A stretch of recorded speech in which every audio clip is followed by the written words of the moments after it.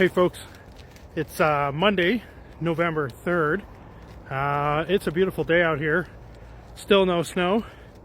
But let's talk about the ways that Canada Post subsidizes, or at least the way I understand that Canada Post subsidizes everything around us. So first off, and probably most obvious, is that we subsidize small businesses across Canada. We're the only carrier that goes to every location across the country and helps deliver packages. And in fact, we're mandated to deliver these packages and maintain standardized pricing for all locations regardless of where they are.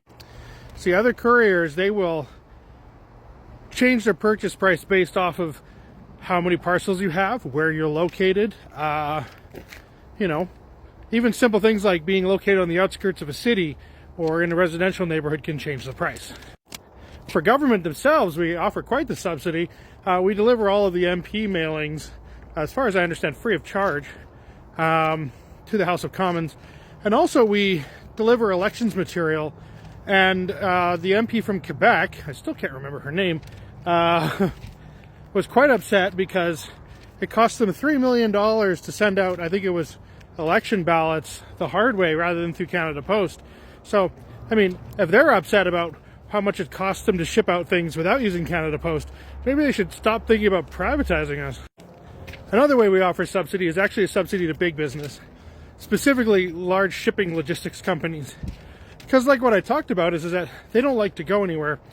So years and years and years ago, I used to work for ICS Courier, and I remember accepting parcels, but I remember that we just did business to business, and I saw one has a residential address. And I asked my manager why that was the case. Like, do we really want this business? Should I have taken it? And he said, oh yeah, just take it, and we'll just send it by Canada Post. So we offer a subsidy to all these businesses who will charge you more than what Canada Post will, because a lot of customers just want to know that their stuff is on its way. They're not so concerned about it. If they have 99 parcels going to a business customer and one going to a resident, they just want somebody to take it. They just don't want to have to deal with it. But it's a huge subsidy. Like, the amount of stuff I've delivered for Purolator, for FedEx, for DHL, for everybody else is insane. And that's in the city.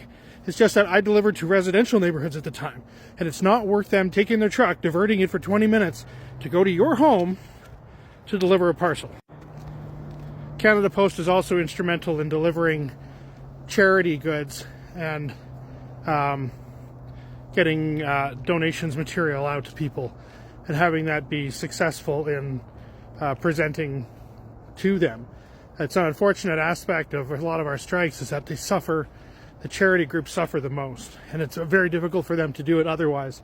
If you go through internet organizations, the media has been entirely bought up by ridiculous companies from out of country that don't have anything to do with local charities.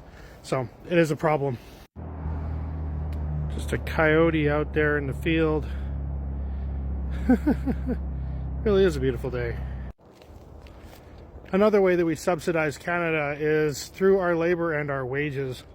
We're not rich people, so most of our money that we spend goes back into the community in which we live through purchasing groceries, purchasing goods, buying gas, all of the usual things that you have to do. The savings value is not very high with us. Our wages have not kept up, just like everybody else's, just like yours. They haven't kept up, right? Billionaires make more and more money every year, but you and me, not so much.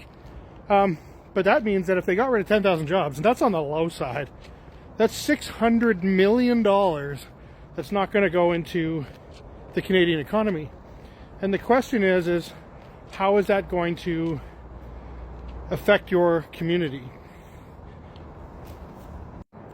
It really depends on who gets closed and who doesn't. I mean, the difference between a postal worker working at a post office and them just bringing in another job for the convenience store on the corner in your town, it could be $60,000 a year, whereas they'll just probably make the person at the convenience store work harder. But that's gone. That's just going to be history from your community. In a city like Edmonton, it could be a significant amount of money. That's, $60 million worth of revenue that's no longer going to be spent in the community, but will instead be directed to big businesses because they're going to be charging you more and they're just going to ship that money overseas. It'll all be gone.